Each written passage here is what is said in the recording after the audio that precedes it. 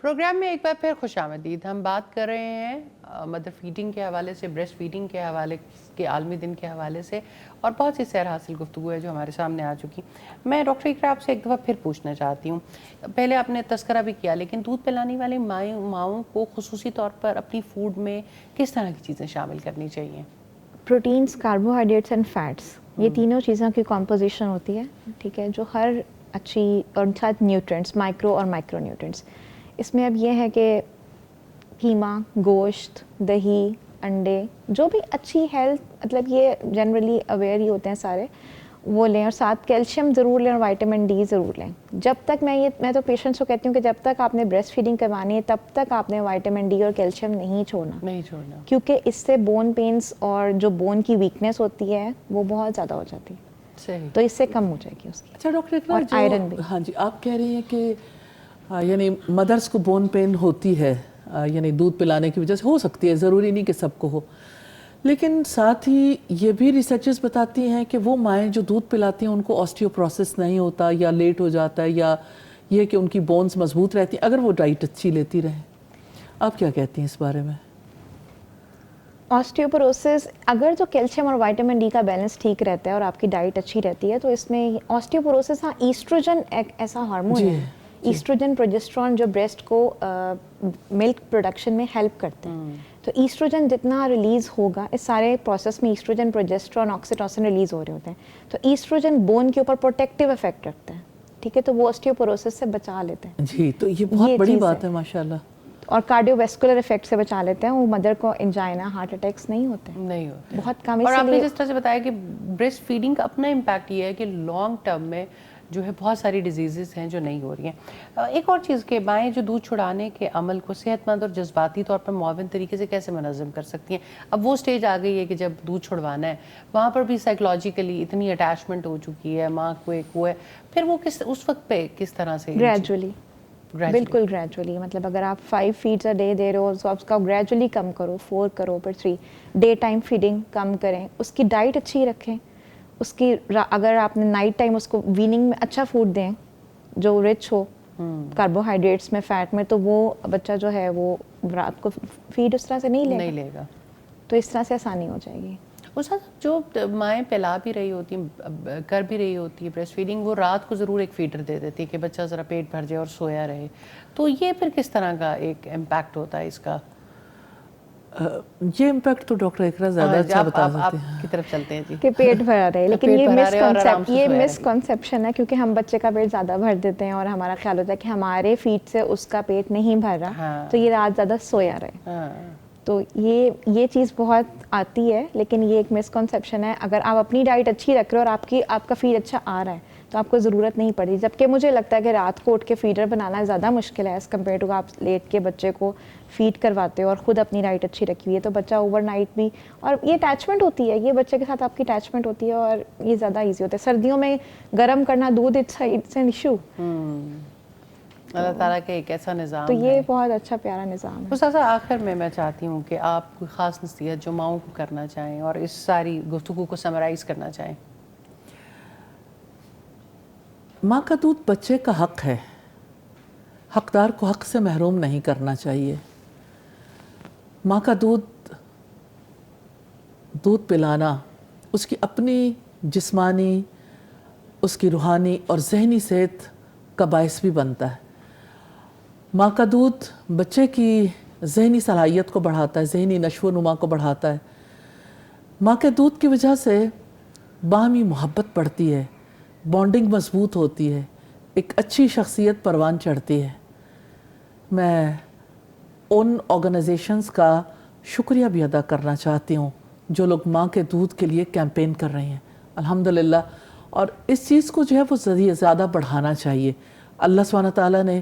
جو طریقہ کار مقرر کیا ہے اس طریقہ کار کو اپنے لیے زیادہ مناسب خیال کرتے ہوئے، بہتر خیال کرتے ہوئے اسے اپنانا چاہیے، اور آئندہ آنے والی نسلوں کو مضبوط نسلیں بنانے کے لیے